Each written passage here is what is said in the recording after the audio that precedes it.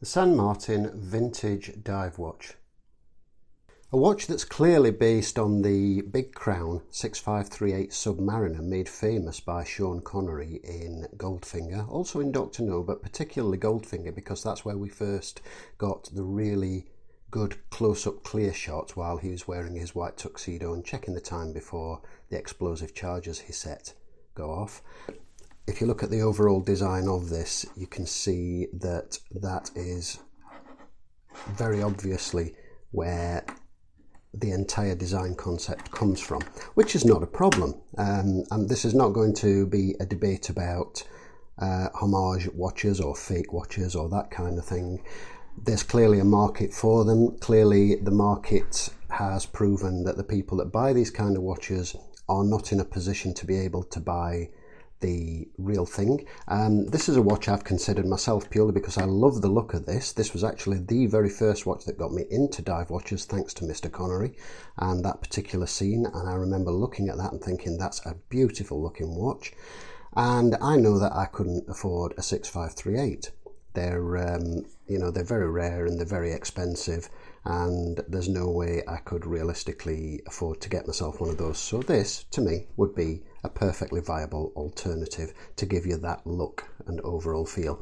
It's essentially been brought up to date. We've got a ceramic bezel and a sapphire crystal, but what they have done, which I like, is they've kept it a top hat style sapphire crystal to kind of mimic and replicate the original plexiglass that the Rolex would have used, and obviously they've opted for a ceramic bezel insert rather than an aluminium one.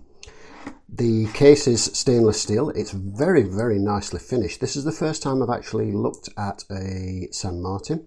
This one's come in for some investigative work into why it's not performing as it should, which we'll look at in a moment. This isn't a review, this is just a brief overview of the watch because we thought while I had it I would take the opportunity to do a brief overview. And the case dimensions on this one are quite nice. It's 39mm across, 41.5 including the crown. It is 45.5mm lug to lug. The bracelet likewise is solid stainless steel, and it has this faux rivet design, which personally I love. I really, really like this. This is of course reminiscent of the original riveted expanding bracelets, which would be hollow stainless that you would have found on old Rolex models. It has a screw down crown and a nice clicky and smooth bezel action. The only thing I really don't like about these this particular model is the font that they've chosen for the name. The San Martin logo, that one there, I think would have been far, far better personally, but clearly they've gone with that font to help with the vintage vibe, I feel, and I'm not a big fan of that personally, but you know, it could be worse. It certainly could be worse, and it could be a worse name when all's said and done. And some people again don't like the faux patina kind of thing, the aged loom and what have you. Again, I really don't mind it if it's well done. And this is well done. It's all really, really nice. You've got a good solid milled stainless clasp with push button release lock. And as I say, the bracelet is solid stainless with this faux rivet design, which I think looks really, really nice. The case and the case back are very much Rolex Oyster in overall design, including the case back with the correct knurling and what have you. Now, this is a coin edge bezel and a bit more blunt than a modern Rolex, which just uses the upper bit. Screw down crown which unscrews. And this being an NH35 movement, it does have the ghost position, as you can see there. And this is the position that would be for the quick set date. Pull it out to a second one and you can turn and set the hands accordingly. Getting onto the problem, this watch has come in with a problem. The chap that it belongs to bought this online second hand, and it's in very good condition. You see it's clearly had very little wear, and wound and sitting like so, it will run and keep reasonably good time. but when worn it's losing a considerable amount of time. He said about 10 minutes in a day. So the first thing to do, or the first thing I'm going to do, is unscrew this crown, give it a good thorough wind, and then we're going to pop it on the Timegrapher and see how it performs and how it behaves for us. Here we have the watch fully wound. I've left the crown out there to maintain a good connection on the Timegrapher. We're going to pop it on dial up. We know it runs dial up. We'll see what kind of readings we get on there and switch on the Timegrapher and see what it says.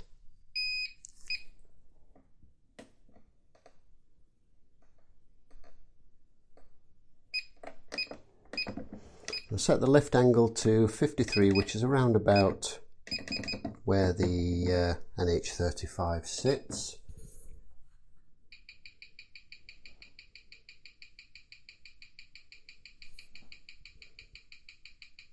And we start off with quite a nice clean trace, amplitude at 260-ish, which is not bad, but for a brand new NH or a nearly new NH, I would expect a little better. Beat error is quite high at 0.6 milliseconds, and we've currently got a gain of plus 14 plus 15 seconds per day. And to flip that over to dial down,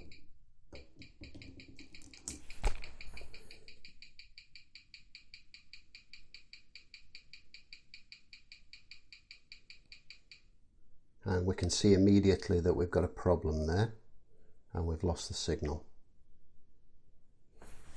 Just going to pop that back to dial up a moment.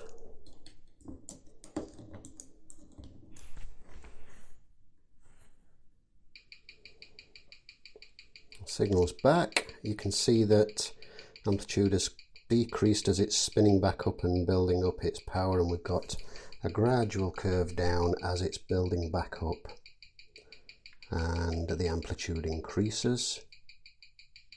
And just to make sure that that wasn't a quirk of actually lifting the watch off, I'm just going to flip that upside down on the microphone in place.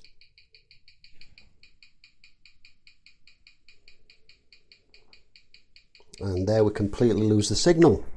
So this tells me it's obviously a problem between dial up and dial down, and typically that would be due to a broken pivot or a misplaced shock jewel, either of which could cause that. It could also be something else. It could be something loose that's moving when it's turned. You can see that we're getting a bad reading with it in crown down position. So there's definitely something amiss. So I need to get the bracelets off this, get the case back off, and let's have a look inside and see what we can see.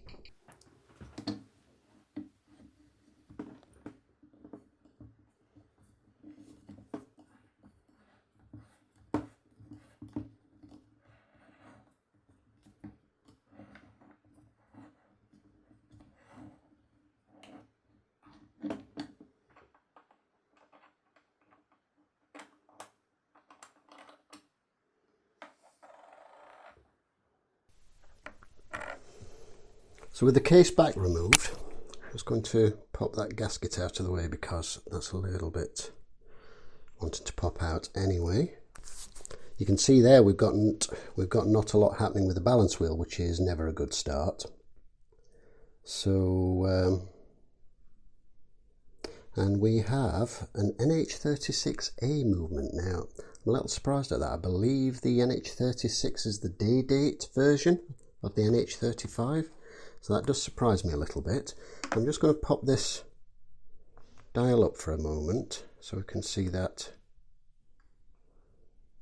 start to tick, so we know that the balance is starting to swing. And then I'm going to flip that over quickly onto this side.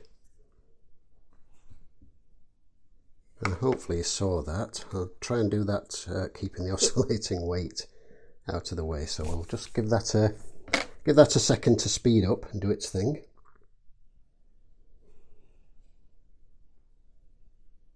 That should be good, and then we'll flip that over But the balance oscillating nicely initially, and you can see it just dies the moment we flip that onto its front, onto its dial rather. So further investigation is needed. I will need to do a little bit of disassembly, and the first thing I'm going to do is pop off the oscillating weight and pop the balance out so we can have a look and see if the problem is with the balance pivot, which is a possibility. That was very tight.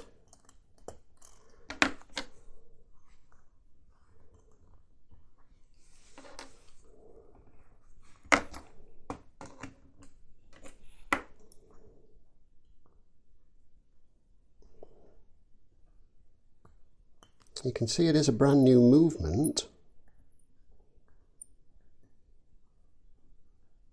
All the screw heads are nice and clean. No marks, no untoward marks or scarring or anything. So it doesn't look like anybody's been in and done anything with it. So, I say my initial suspicions, if it's not something that's come loose and is moving, my initial suspicions will be either a broken pivot or the balance jewel which has become unseated on the dial side, which is a possibility.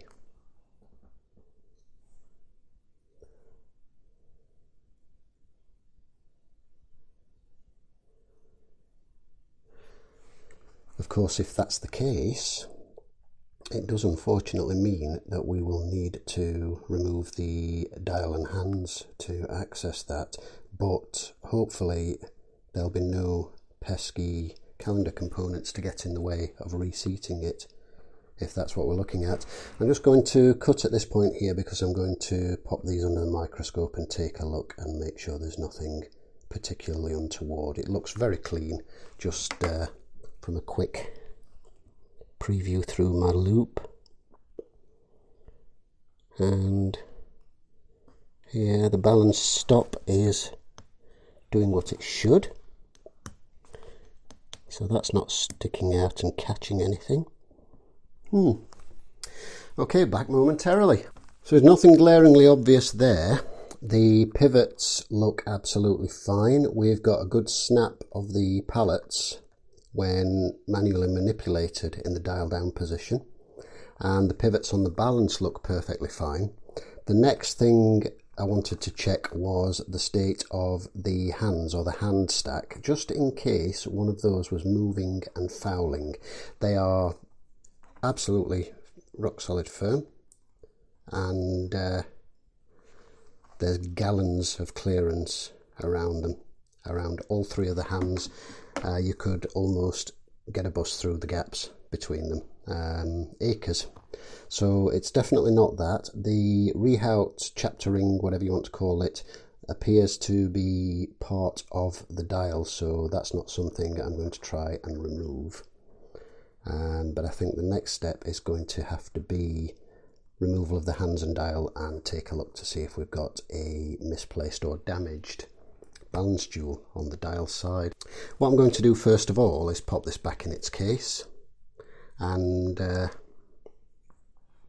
just have a refit of the balance and check the balance end shake, just to satisfy myself that I'm kind of heading in the right direction. I'm pretty sure that that's where we're at. It's got to be a fault somewhere around there.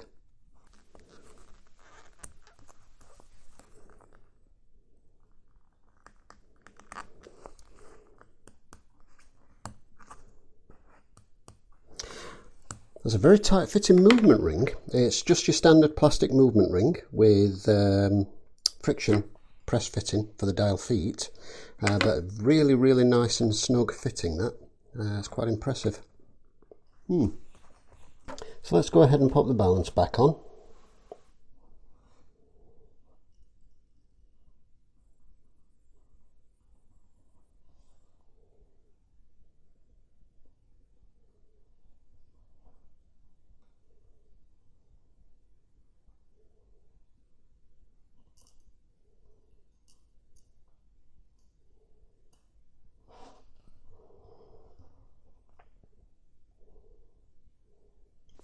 Interestingly, that started to beat as soon as we did. Whether it will remain doing so is another question. There has to be something underlying the problem.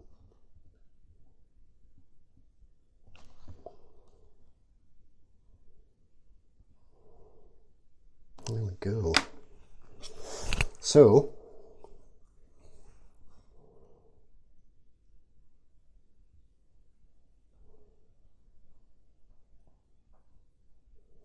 it doesn't seem to want to stop at the moment. You can see that the balance stop, or the hack, is doing its job there. Fascinating.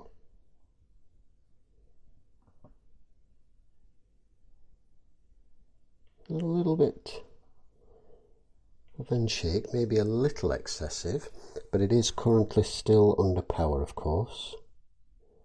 Ideally, I need to remove the power. For that, we will need to remove the automatic bridge.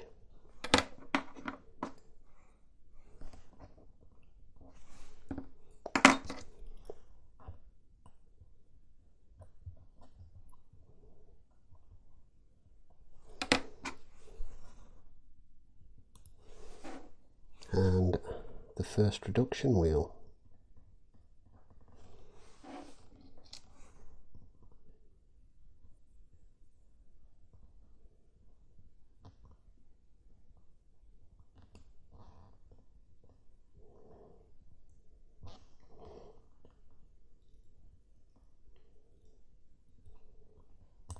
There we go, just needed to get that taking up the strain. So now,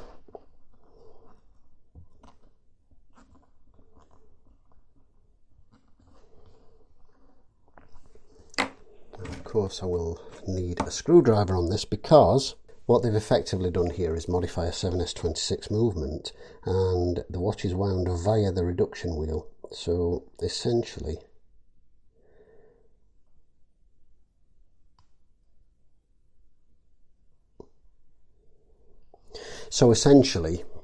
you cannot let it unwind via the crown, which I had actually forgotten about from when I last did the service video for you guys. Okay.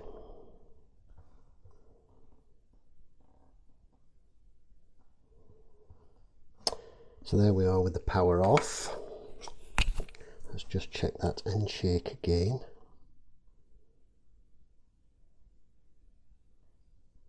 Actually not bad.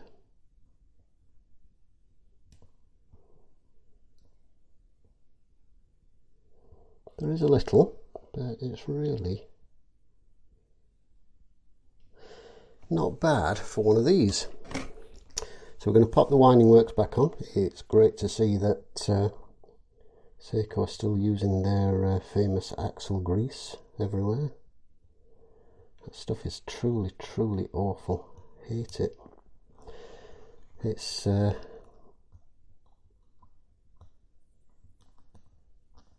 it quite literally looks exactly like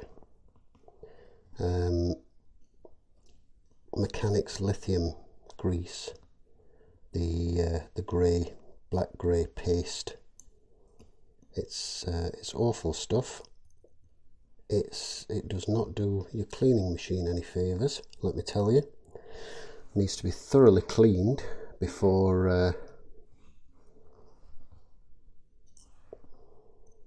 you put one of these through your cleaning machine.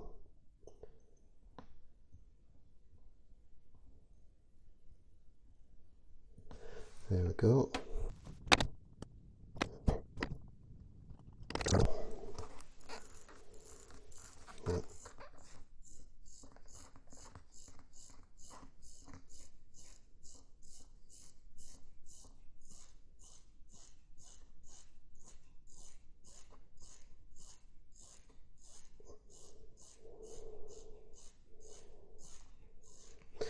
That should be as near as damn it fully wound.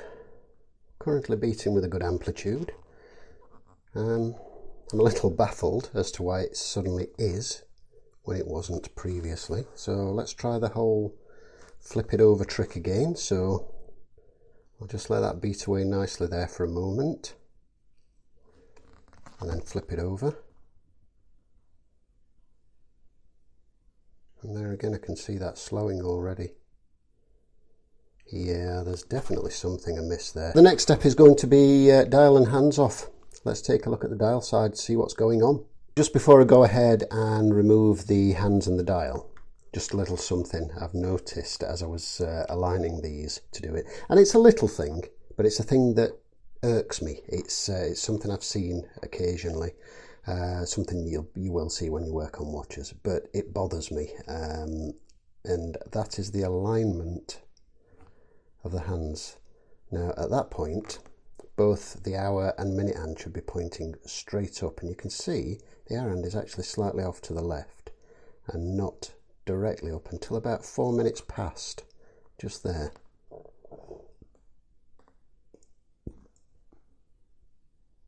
Not a huge thing, not incredibly major, and it's kind of close enough that at a quick glance you probably wouldn't notice. It's possible also that if the calendar works are in, it might just be something that happens. Let's turn it around to the next 12 o'clock. No, it's just definitely out of whack. Yeah, it's off to the left, as you can see. So it doesn't line up until about 4 minutes past. Just a slight annoyance, minor annoyance, but easily rectified at least. Anyway, let's pop that back there, wait for the second hand to come round, and we'll pop those hands off. That's the hands off. They were on very firm, so they've clearly not been removed before, it wouldn't seem.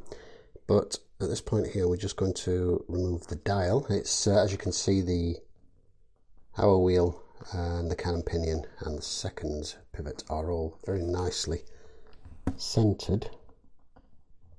Nothing out of whack, nothing off line.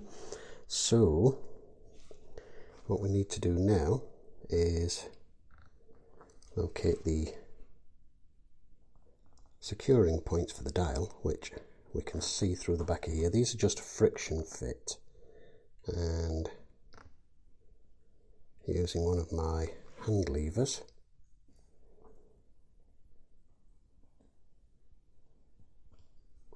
just lever that away gently,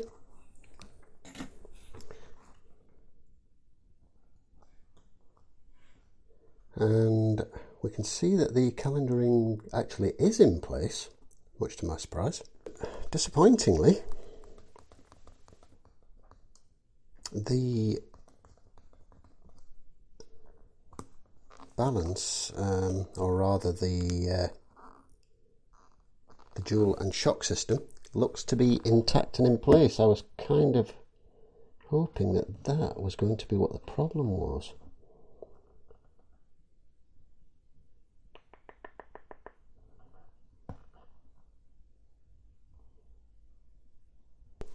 What that means is that there's something else more amiss, and it would require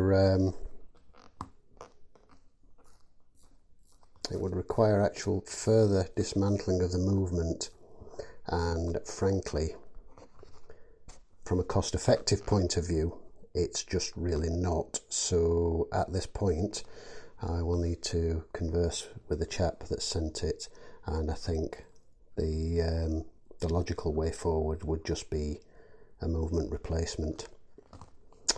That's a bit of a shame. I was hoping that was going to be something relatively obvious to fix, but what can you do?